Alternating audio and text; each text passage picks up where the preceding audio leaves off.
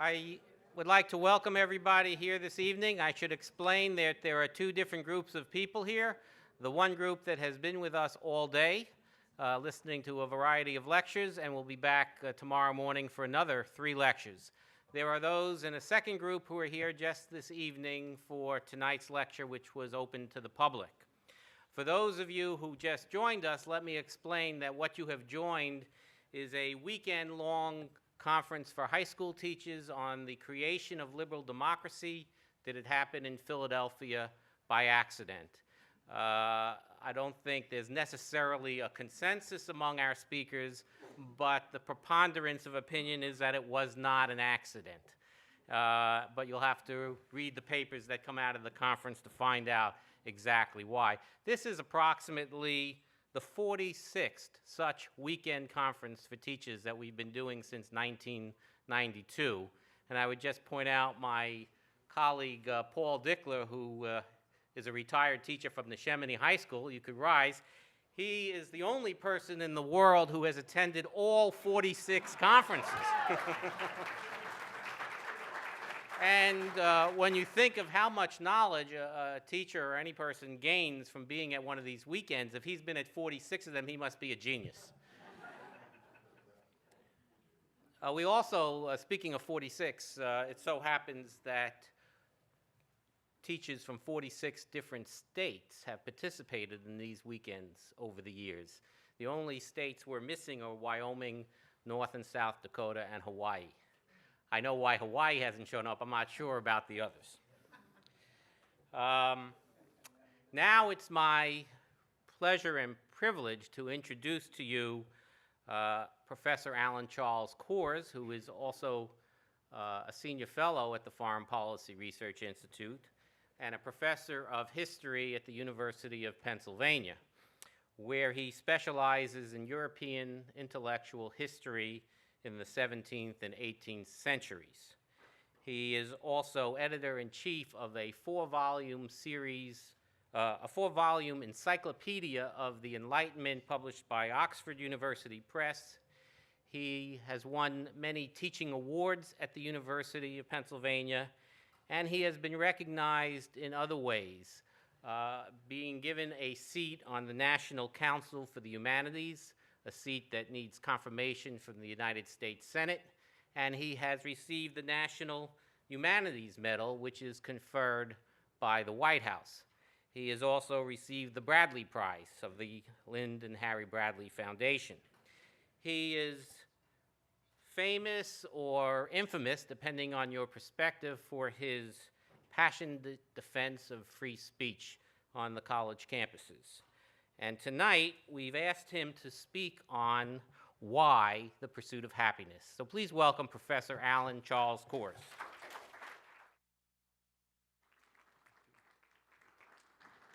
Thanks. So is that moment of terror where I see if my bifocals can pick up my bold type? Yes, we're okay. It's a great privilege to be here among you, and I deeply appreciate the invitation. In Philadelphia, at the end of the 18th century, in an America almost wholly Protestant in its theology, including its moral theology, deism was a very minor current in American thought. A remarkable claim was made to great acclamation. Indeed, its authors told the world it was a claim that they took to be so obvious that it was self-evident. Quote, "We hold these truths to be self-evident, that all men, ... are endowed by their Creator with certain unalienable rights, that among these are life, liberty, and the pursuit of happiness." So our historical question is, how was it that a religious British and American culture came to see the secular pursuit of happiness as an essential God-given right, transcending and giving us a means of judging the authority of government? To answer that question, we first must detour back to the 17th century and to momentous changes in the way Western culture thought about nature, God and nature, and by extension, God and human nature.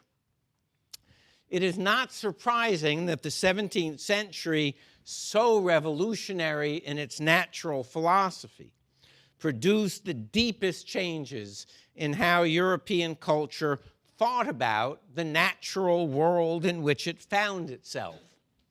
Think on the discoveries of 17th century natural philosophy, what we today would call science.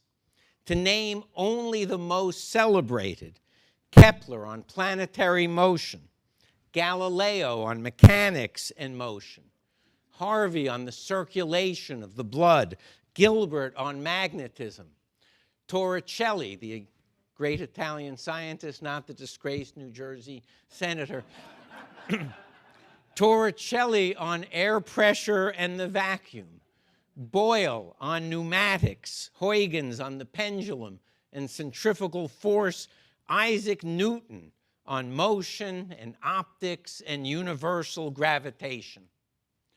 Early in the 17th century, Francis Bacon, the English philosopher and Lord Chancellor of the kingdom, had argued that instead of having learned humbly from the actual creation what God had wrought in this world, we had imposed human fantasies and untested systems upon that world.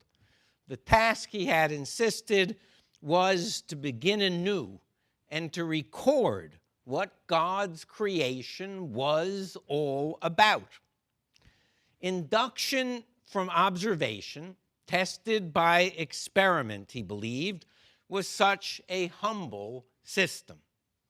The new philosophy became increasingly mathematized as the century progressed, but 17th century scientists took Bacon as their prophet and believed that for the first time in history, the human mind had come to know something genuine about the physical structures and mechanisms of the creation.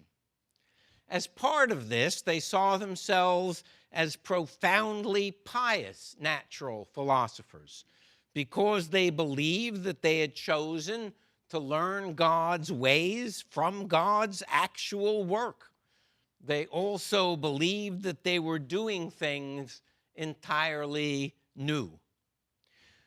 We are accustomed to science sounding unphilosophical and certainly not theological. But listen, however, to Kepler's preface in De Harmonice Mundi, the harmonies of the world, to the chapter in which he presents his third law of planetary motion. This is Kepler, quote, 18 months ago, the first dawn rose for me. 3 months ago, the bright day. And a few days ago, the full sun of a most wonderful vision. Now, nothing can keep me back. I let myself go in divine rage. If you pardon me, I shall be delighted. If you are angry with me, I shall bear it. Behold, the die is cast. I am writing a book for my contemporaries, or it does not matter, for posterity. It may well be that my book will await its readers for 100 years. Has not God himself waited 6,000 years for someone to contemplate his work with understanding? Close quote. For Kepler, I wish my students said wow at that moment. That's exactly right. Wow. For Kepler, so much of that bright day and that full sun of a most wonderful vision and divine rage referred not merely to discovery, but to the discovery of order, of law. He believed that he had touched, in some real sense, right there in nature, the wisdom, the mind, the purposes of God. The 17th century produced a change in, for want of a better term, the aesthetics of human awe of God. Through the study of nature, the human mind could see the mind of God, the mathematical, geometrical, mechanistic, intelligently designing creator of the universe.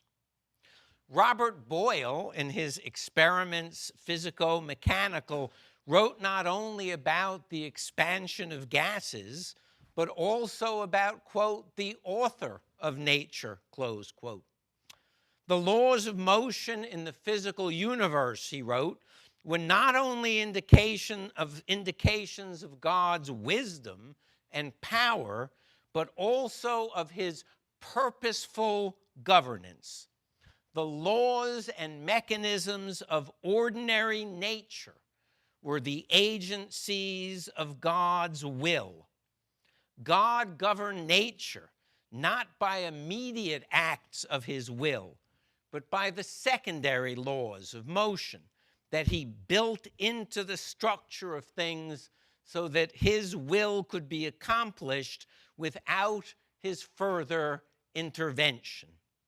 In Boyle's words, quote, God gave motion to matter, and in the beginning the various motions of the parts of it, so as to contrive them into the world that he designed they should compose, close quote. This was a dramatic change of thinking for Protestant Europe. John Calvin, for example, had stressed the particularity of God's will, arguing that not a single blade of grass grew, not a single leaf fell from a tree, except by, quote, an express and particular act of God's will, close quote. In the course of the 17th century, however, a nature that operated by the excellence of the general laws impressed upon it by its author seemed more worthy of God than one requiring intervention for purely natural phenomena. Much as the creator of a clock that always worked from its original design inspired more inspiration than one requiring frequent, if impressive, repair. Increasingly, the century identified the general laws of nature with the general providence of God, embodying his will and purposes. Before the new philosophy of the 17th century, European thinkers had looked on the world of nature as sharply divided between the heavens and the earth. In the physical heavens, in the celestial bodies, there was regularity and order. Beneath the moon, however, chaos reigned, disorder, instability, and disharmony. God's providence, they believed, extended to the whole of the creation, but beneath the moon, it was above all in terms of his particular acts of will that he governed. The ongoing motions of the heavenly bodies alone seemed to bear the imprint of a more general providence. In the works of Gilbert, Harvey, Galileo, Torricelli, Huygens, Boyle, however, the order and law of sublunar nature seemed manifest and awe-inspiring. In the works of Kepler, Galileo, and Newton on the heavenly bodies, nature was shown to be reducible to law, indeed to mathematical law, indicating a wondrously wise design. Newton demonstrated to his contemporaries that the same laws, forces, and mechanisms applied to both terrestrial and celestial phenomena. In his Principia Mathematica, Newton wrote not only of the laws of motion and universal gravitation, but also of how it was in this natural world that we came to know the dominion, the providence, and the purposes of God. Quote, to discourse of whom, from the appearance of things, does certainly belong to natural philosophy. Close quote. Writing of Newton's great scientific and philosophical synthesis, the scientist and natural philosopher Edmund Halley wrote in his poetic preface to the Principia, quote, nearer the gods no mortal may approach. Close. He meant by this that Newton had found in nature the very wisdom, providence, and dominion of God. He had found how nature reflected the very design of its creator. The poet Alexander Pope, writing Newton's epitaph in the early 18th century, spoke for a century. Quote, nature and nature's laws lay hid in night. God said, let Newton be, and all was light. Close quote. Oh, some of you come to my classroom. That light shone on a universe of laws and mechanisms embodying the will and the very intention of God. Now, there were certain theologians who worried about the growing identification of nature's ways and God's providence. In general, however, the whole culture was being swept by a tidal wave of enthusiasm for the new philosophy and its achievements. Those who came after could not ignore the new knowledge, and they could not avoid coming to some deep and general terms with their revision of our understanding of nature. There was a religious awe in the new science, and it led to a reconceptualization and a revaluation of nature that would be remarkably naturalistic and secular for all of the piety of the initial motives. History often proceeds by unintended consequences. If, as the new science indicated, we now knew that all of the mechanisms and laws of the natural order reflected the wisdom, the design, and the purposes of God, then the ways of nature were the ways of God, and nature was our window into divine intention. We lived in a universe of knowable law and order. Such law and order could only be from God, whose plans were now manifest in the workings of the natural world. The laws of nature were laws of God, agencies of divine purpose, following nature thus as it was designed by God, meant following God's will. Following the laws of nature as designed by God meant following the laws of God. The implications of this for early modern moral philosophy and moral theology would sanctify the pursuit of happiness. It always had been a commonplace in Western thought to say that human nature sought pleasure and fled pain.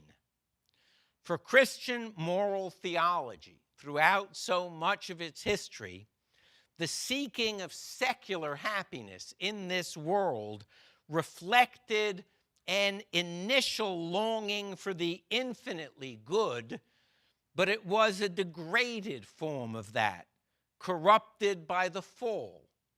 We had been made by God for beatitude, beatitudo, eternal union with God, eternal bliss. That will toward pure eternal bliss, however, was corrupted by the fall and sin, and it existed as a fallen simulacrum, a pale shadow of our pre-fallen state. Now, our will, unless redeemed by God's grace, was governed by a love of this world, and we sought either general earthly happiness and pleasure, felicitas, felicity, after the fall, or indeed were slaves of a desire for sensual and carnal pleasure, voluptas, voluptuousness. God indeed had attached delight, delectatio, to things essential to the health and well-being of human beings, the satisfaction of eating when hungry, for example. But our pursuit of earthly happiness as a goal in itself was a reflection of our fallen state. That had been traditional moral theology. Indeed, when Western minds thought about the behavior of animals, they uttered the same commonplace. Animals sought pleasure and fled pain. The very fact that this governed animal behavior, where it providentially preserved the species, indicated that in some essential sense, it was merely bestial for man to be governed similarly. Our obsession with securing pleasure and avoiding pain was the mark of our sinful concupiscence, our love of this earthly and fleshly world. It was the sign of our depravity and bestial state. To the extent that it governed our lives, it was the indication that we had not raised ourselves or been raised by God to a higher level of being. No pursuit of happiness there. Traditional Christian moral theology, while it could place real value on delight and see certain happiness as necessary means to providential ends, did not celebrate earthly pleasures, nor denounce the burdens and pains of life. One bore one's cross, and one did one's duty. Beatitude, not the pursuit of earthly pleasure, of earthly happiness, was our goal. And suffering was very often the occasion of or an invitation to great virtue and spiritual ends. The essential pursuit of earthly happiness was our downfall, not our calling. In light of the new philosophy of the 17th century, however, such an evaluation was quite dramatically rethought. If the laws and mechanisms of nature were the agencies of divine intention and purpose, and if it were a law of nature that all living organisms, including human beings, sought pleasure and fled pain, then it followed that the human pursuit of happiness was a divine intention, not only legitimate, but divinely ordained as a moral goal of human life. What could be more self-evident? If following the mechanisms of our nature, now deemed sanctified, in following the mechanisms of our nature, now deemed sanctified, we followed the will of God. The commonplace observation that we sought pleasure and fled pain now became an understanding of one of those mechanisms whereby the design of God was fulfilled. And if it were the will of God himself that led us to pursue happiness, then that pursuit of happiness was what God himself had chosen for us. Happiness was the secular criterion that God himself had instructed us through nature to apply. Matthew Tyndall, a philosopher of the early 18th century, phrased it this way in his work, Christianity as Old as Creation. Quote, "The perfection and happiness of all rational beings consists in living up to the dictates of their nature," close quote, which certainly makes perfect sense if one takes the dictates of one's nature to be the will of God.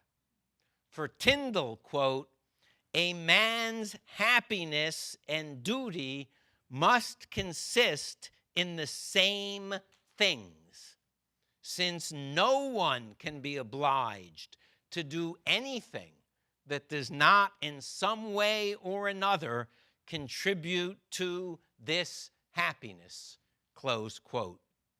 In short, if something could not be shown to secure or add to our happiness, it was no part of our duty. It had no moral claims upon us. Tyndall was an influential deistic thinker whose pious title, implying the eternity of truth, veiled an argument that Christian revelation had added nothing to natural knowledge of God and morality.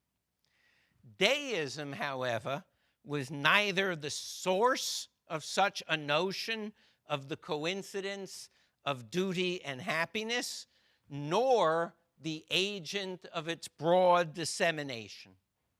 Rather, both deism and mainstream early modern Protestant moral theology moved on the same tidal current of the increasing naturalization of God's providence and of moral knowledge.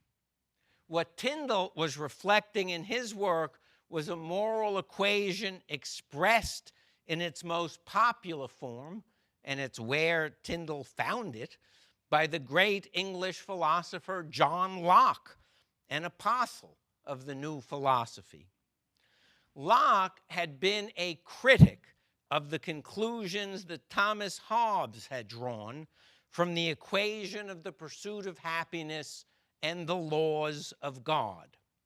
For Hobbes, it followed from our governing mechanism that good and evil had no meaning apart from that pursuit, that in Hobbes's terms, quote, "we call good whatever gives us pleasure, and we call evil whatever gives us pain, and that is the end of it."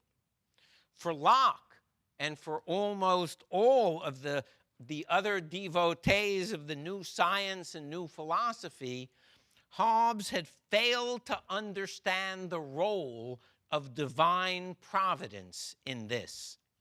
For them, as opposed to Hobbes, God had willed independently a category of good and a category of evil. But God had so harmonized the world that he instilled in us a mechanism whereby we sought pleasure, and at the same time, he made real pleasure consist in the attainment of the good. In short, it was both our duty to be good and our natural necessity to seek pleasure. In his wisdom, God had made the two realms coincide. If they coincided, then, as Jefferson deduced matter-of-factly, we had the right to pursue happiness. In the essay concerning human understanding, John Locke responded in diverse places to the question of why God had not given us greater mental strength or more acute senses. Locke maintained that God wisely had given us precisely those powers suited to our survival and flourishing in this present life, what we needed to get on with the business of human lives here below. He argued, for example, that God, in his wisdom, had harmonized the physical senses and the requirements of human life. Why had God, for example, he asked, not given us eyes that magnified 1,000 or 10,000 times more? In fact, Locke replied, with such greater powers of magnification, we would die quickly in the world. Imagine trying to find food, let alone a mate, with vision 1,000 times more powerful. God had harmonized human nature and human needs. Certain that moral truths were learned by human beings by experience everywhere, and certain that God providentially had ordered the fundamental nature of things. Locke concluded, and he believed that experience and experiment confirmed this, that since human beings, by their created nature, sought pleasure and fled pain, God had harmonized the physical and moral worlds. By God's design, the knowable causes of the true and enduring human happiness that we sought were identical to virtue. We could err, especially when we let the passions govern our lives without mediation by acquired knowledge, but God's providence had so designed the moral world as it had designed the physical world to accomplish his ends for us. God had made happiness and virtue congruent. Historians often note that Locke, in his writings on government, had listed our unalienable rights as life, liberty, and property.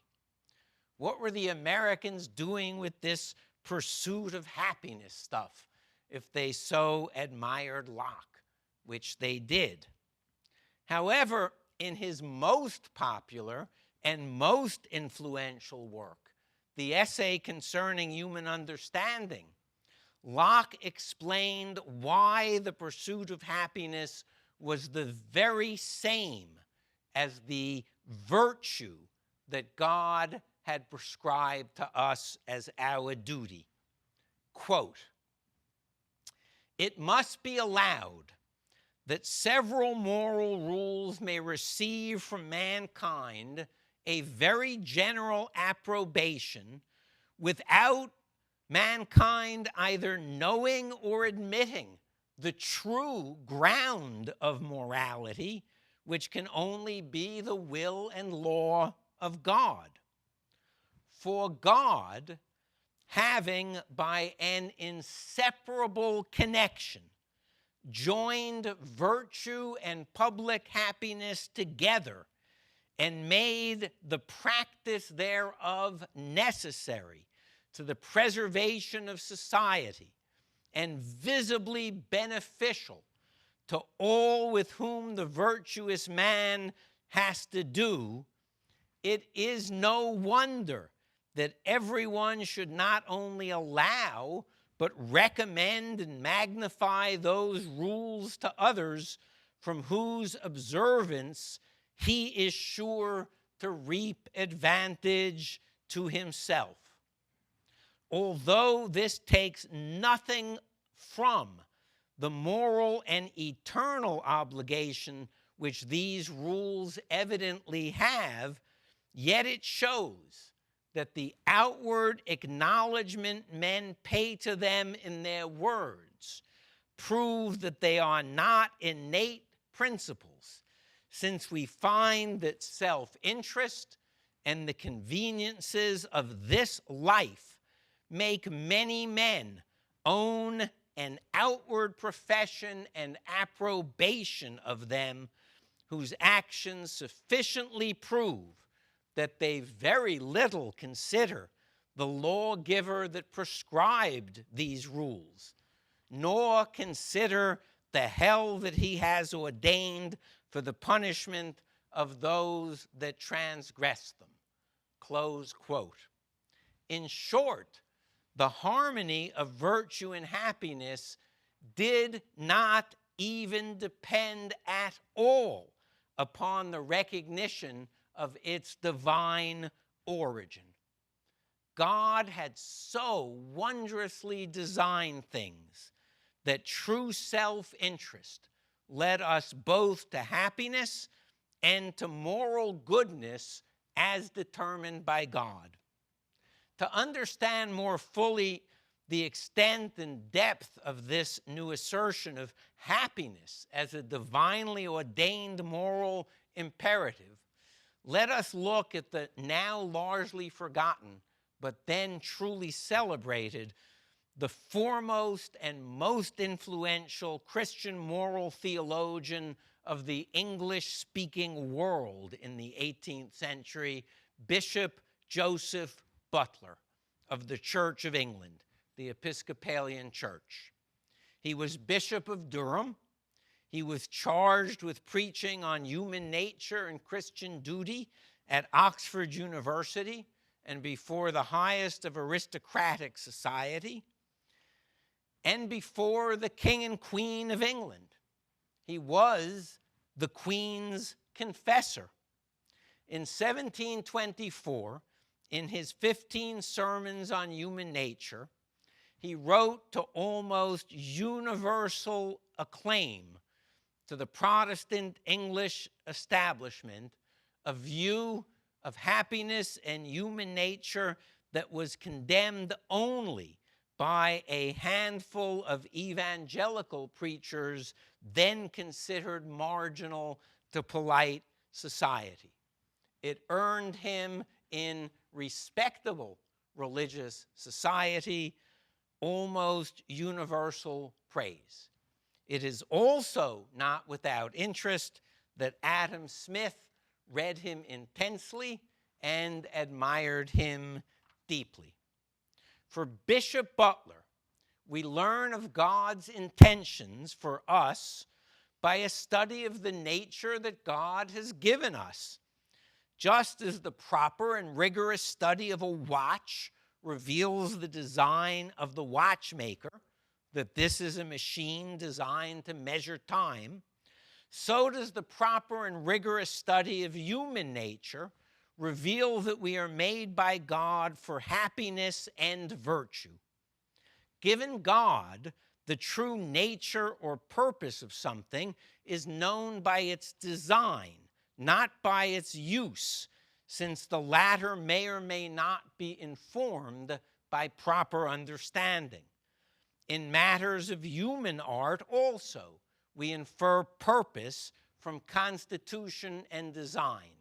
Butler's example: if a box of timepieces should wash ashore in the South Seas, people might first use them as toys or currency. But their real nature is their constitution, to record the passage of time. If one day a sage should open the watch and study the interrelationship of the parts of the timepiece, he would learn its real nature. We may not always use our human nature to gain real happiness. You know that from your roommates in college. Exactly, Bishop Butler noted, as individuals may not use a watch to measure time. In both cases, however, we must identify the unique and highest created and designed qualities of an entity to know its true nature. And in the domain of things created by God, we know with the fullest confidence that its nature is the highest expression of its rightful intent and purpose. For Butler, human beings were given two singular qualities by God with which to mediate their pursuit of happiness: reason and moral sense. If we pursued happiness just by appetite, as was the case with beasts, we would be living according to their nature, not our own, and we would obtain neither happiness nor virtue. To enter Butler's way of thinking, imagine a human being with extreme thirst coming to a pond around which lie animal skeletons. Where an animal would drink by appetite, a human being endowed by reason infers the toxicity of the water from the skeletons around it and does not yield to thirst, pushing on. Similarly, an animal with hunger takes food from the young or any weaker being. We do not condemn it morally. It is merely living up to its animal nature. A human being, however, endowed with moral sense, restrains appetite in similar circumstance, as in the case of sexual appetite and rape. And indeed, if he did not, we should term him an animal or a wild beast and treat him accordingly. An animal using force to satisfy its sexual appetite is not a rapist. A human being so using force was precisely bestial, and we condemned, punished, and scorned the man, making him a miserable outcast. For Butler, it was empirically true, given God's providential coordination of virtue and happiness, that those who acted without reason and moral sense did not achieve happiness. The impulsive person came to grief. The thief, cheat, scoundrel, and otherwise immoral person was unloved, untrusted, and alone. Those who asserted that the immoral were the happiest never had made a true survey of human life, nor understood the wisdom of God's design. We were made to seek happiness through the mediation of reason and conscience. To say that we should not seek happiness in this natural secular world was to criticize the very design of God himself. In Bishop Butler's words, quote, "The thing to be lamented is not that men have so great regard for their own good or interest in the present world, for they have not enough," close quote. Those who denigrated self-interest, self-love, and the pursuit of happiness, he had in mind Calvin and Hobbes, if you want to know where the cartoon comes from.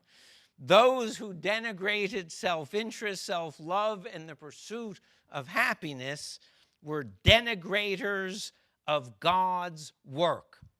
There was no inconsistency whatsoever, Bishop Butler wrote, between moral duty and self-love or self-interest. Quote, what is really our present interest, meaning by interest, happiness and satisfaction, close quote. Indeed, Butler noted in 2 sermons on God's command to love one's neighbor as oneself that God himself had made self-love the very foundation of morality. If we were supposed to hate ourselves, love your neighbor as yourself would be an invitation to hate your neighbor. The moral distinction that should be made, he wrote, is not between a self-love, the moral distinction that should be made is not between a self-love that acts to satisfy passions and appetites and a self-hatred or indifference that would violate our nature, but rather between excellent external objects of such self-satisfaction, including, for example, the well-being of our neighbors, the pursuit of which adds greatly to our own happiness, on the one hand, and wrongful external choices of satisfaction, the fruits of fraud or violence, for example, on the other. Under God's providence, the former alone lead to true happiness, while the latter lead almost invariably to misery. Thus, on the wake of reconceptualization of nature occasioned by the 17th century, Bishop Butler could write, quote, self-love, though confined to the interests of the present world, does in general perfectly coincide with virtue and leads us to one and the same course of life under the conduct and administration of a perfect mind, end quote. If it were a law of nature that we were creatures of self-love in pursuit of happiness, then literally by God, happiness was our birthright and coincident with virtue. The pursuit of happiness as coincident with virtue followed logically from seeing the mechanisms of nature as the design of God for fulfilling his purposes, and explains why believing Protestants of Britain and the colonies could see the pursuit of happiness not as a sin, but as a highly moral activity, and the provision of happiness as a high and wholly pious criterion, however revolutionary it might be for judging social and political institutions and actions. Pursuing happiness by vicious means led only to misery, anarchy, and death. Seeking happiness by means of reason and conscience led to benevolence, mutual cooperation, and honesty, in short, to the very substance of virtue, at the same time that it led to the highest earthly satisfaction. For 18th century minds, happiness and virtue, the physical and the moral universe, both reflected the wisdom of God, who was author of them both, and the harmonization of the physical and moral order. It was with this confidence, then, that here in Philadelphia, our declaration could declare, quote, we hold these truths to be self-evident, that all men, ... are endowed by their Creator with certain unalienable rights, that among these are life, liberty, and the pursuit of happiness. In so writing, Jefferson was not repudiating the moral philosophy and moral theology of his time. He was appealing to it. He was not challenging the Protestant moral theology of his peers. He was articulating it. And dramatically, note well, he was not claiming it as an ephemeral truth for Americans of his time, but as an essential right with which all human beings as human were endowed by God. Thank you very much.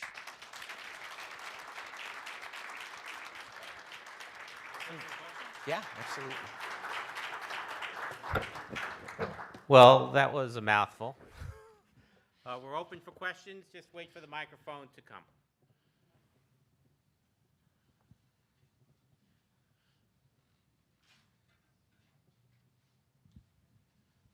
Alan, I've heard this speech before, and it's even better the second time or the third time. It's been revised. Oh, okay, that explains it. But could you just connect the dots for us in terms of Jefferson's own philosophy and education?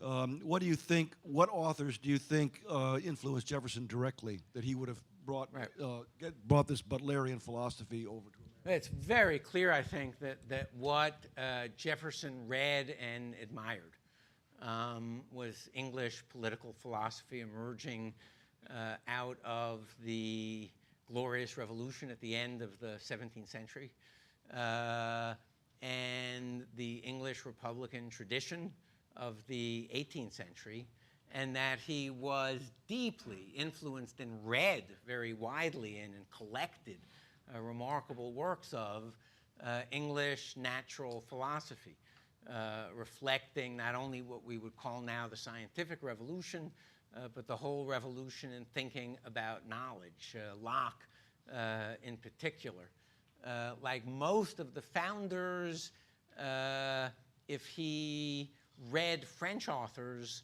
the one who influenced Jefferson and other founders was Montesquieu.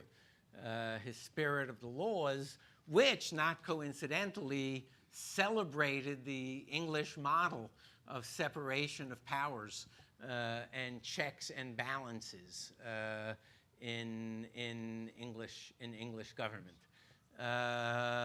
Jefferson hated aristocracy and hated the inequitable, for example, taxation and status systems in France. And so he was not unenthusiastic in terms of his initial response to the French Revolution. But that was not from reading French authors.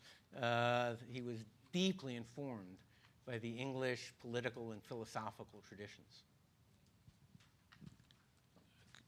Could I ask you to, following up on Walter's question, ask you to connect the dates? Now that you've connected the dots. Oh, there you are. Okay. Yeah, sorry. Now that you've connected the dots, could you connect the dates? It's been 40 or 50 years since I studied John Locke, et cetera. I thought you talked about the 17th century, and yet we're talking now about the late 18th century when Jefferson wrote. Yes. And so if you could just put together Yes. the dates, you cited so many people from earlier centuries, I thought. But also, if I understood you correctly, you said that deism was a small minority In American of thought. believers at the time, Yes. and yet you said that Jefferson was reflecting the consensus when he wrote Life, Liberty, and the Right, Pursuit that of there Happiness. was nothing controversial. There was nothing It was not that controversial, but deemed deists were a minority. deistic, that there was nothing deemed deistic about that. Jefferson It had become the himself- conventional wisdom, even though Yeah. deists were the ones. Jefferson himself is very heterodox religiously, right? If one looks at Jefferson's annotated Bible, he essentially ignores the supernatural parts and sees Jesus Christ as an extraordinary moral teacher. So you look at what parts he thinks reflect something of divinity.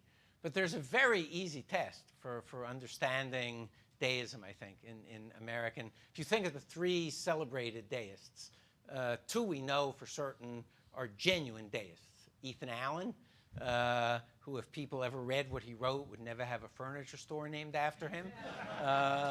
And Thomas Paine, whom, if people ever read not Common Sense, but The Age of Reason, would never be on our postage stamps. Jefferson, it is debatable. He certainly has deistic tendencies. On the other hand, he certainly, from his own annotated copy of the New Testament, seems to admire the teachings, the moral teachings of Christ very deeply. The important heart of, I was going to give you my test on deism. Thomas Paine leaves this country one of the most celebrated heroes in all of America. He's the author of Common Sense, one of the fathers of our revolution, right? He is a national hero. Right? Before he returns to the United States from imprisonment in France, he's written The Age of Reason, a deistic attack upon the Judaic and Christian traditions. There are 12 people at his funeral. Okay? He is a figure of such obloquy. There are 12 individuals at Thomas Paine's funeral. On chronology, at the heart of my argument is that a sea change occurs in predominant English-speaking Christian moral theology out of the 17th and into the 18th century. The influence of Butler is not only immediate and direct, but for 2 generations he's taught as the great moral theologian. For 2 generations, people are taking sermons from Butler's own sermons. That Adam Smith, right, who believes that the pursuit of private self-interest leads most naturally to public goods and public benevolence, it's dramatic that Smith is a great admirer of Bishop Butler, and that's Smith writing in the 1770s. And Butler is simply, until the 2 great awakenings will displace a more naturalized Christianity by a more transcendental, a more supernatural Christianity, will shift the focus from God's providence in nature to God's providence in the drama of sin and salvation. Until that happens, Butler has set the tone for English-speaking Protestant moral theology. And what, if you think about it, if you look at the stereotypical views or the unthinking textbook views that want to separate the scientific, natural, philosophical revolution of the 17th century from the religious sphere, right, which doesn't happen. These are all pious men. Robert Boyle founds a lecture series on the symbiosis of religion and science. Before Darwin, it's the great age of physical theology, evidence of God from the intricate designs of nature. But if you read some of the textbooks, you would think that Jefferson's including the pursuit of happiness was somehow aberrant.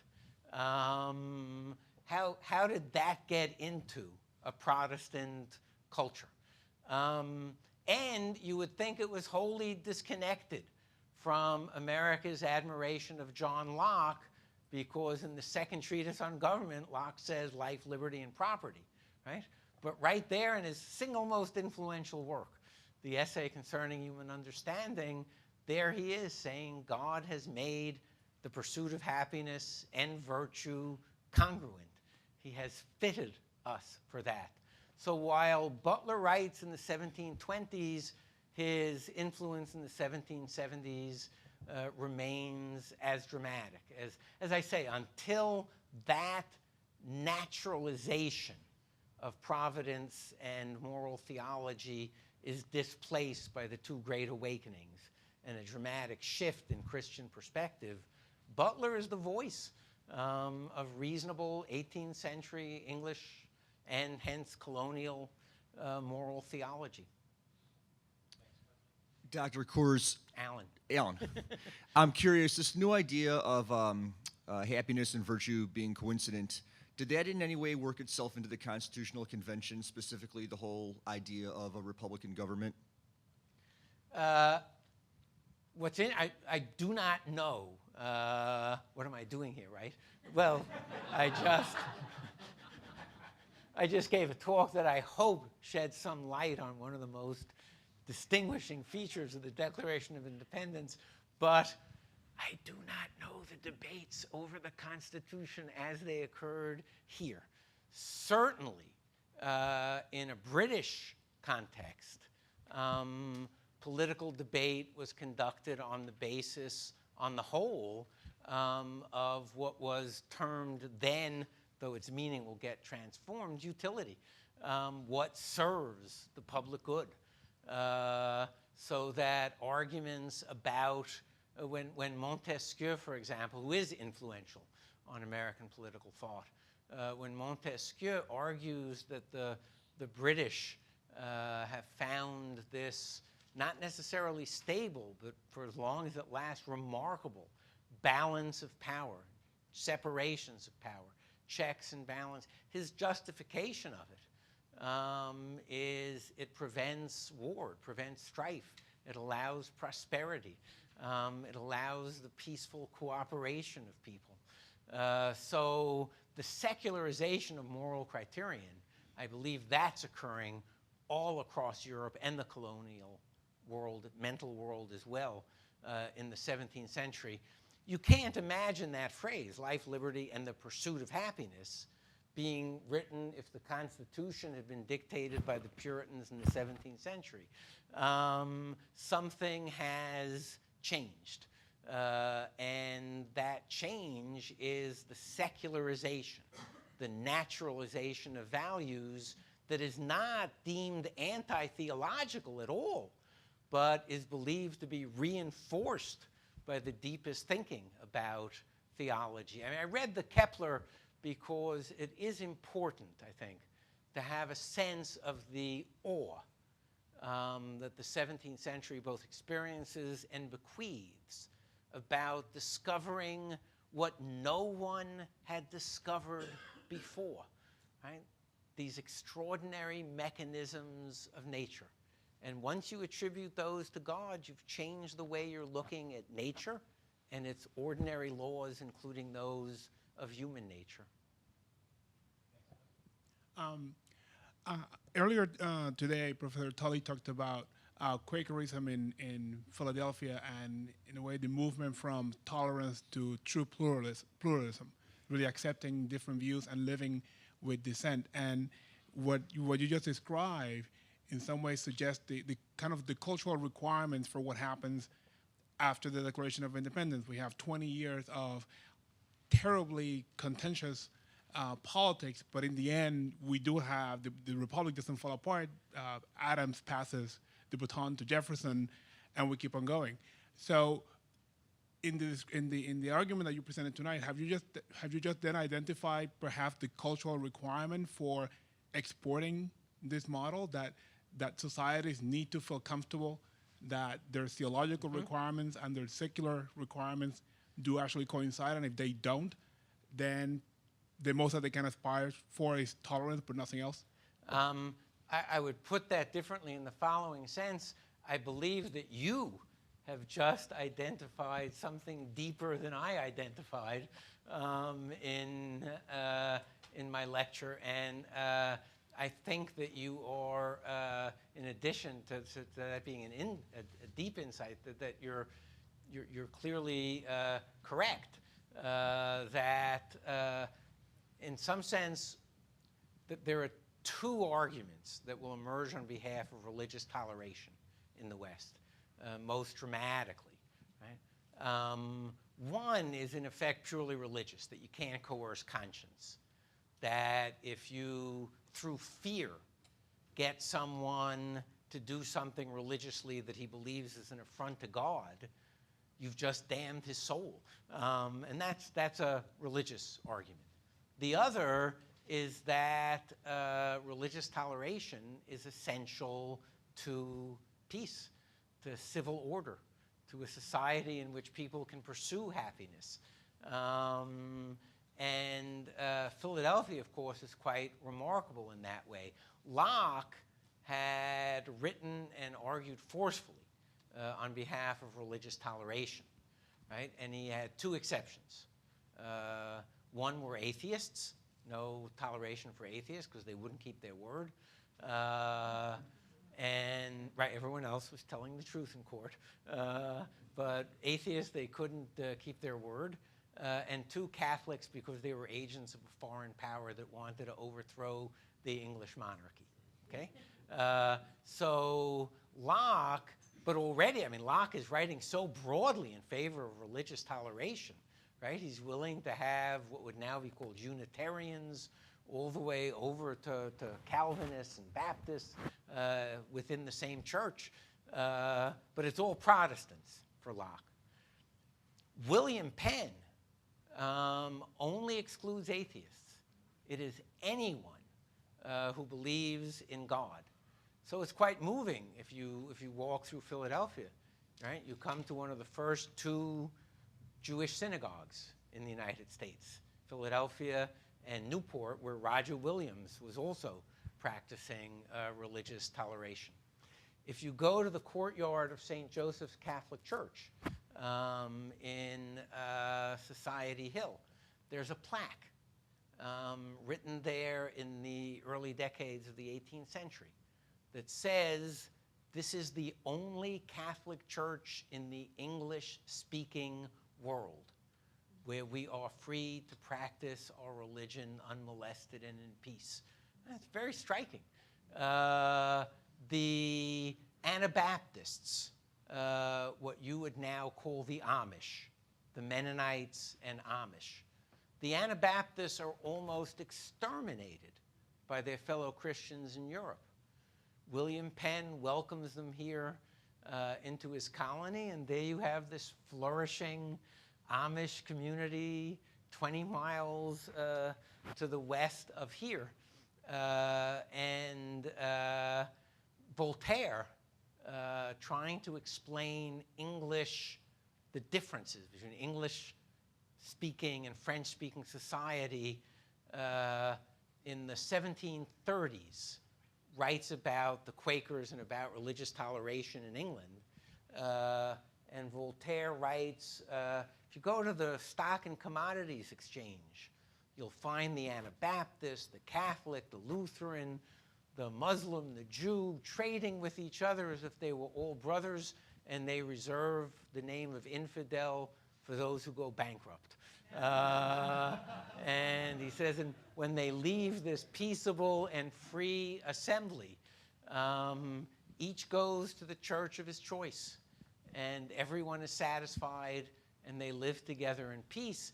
And he ends that with a remarkable observation about England that I think is relevant to American religious pluralism as well. He says, if there were one religion in England, there would be tyranny. If there were two, they would cut each other's throats. But there are 30, so they live happily together and in peace. And I think that impulse increasingly underlies the American experiment. Thank you very much. Thank you.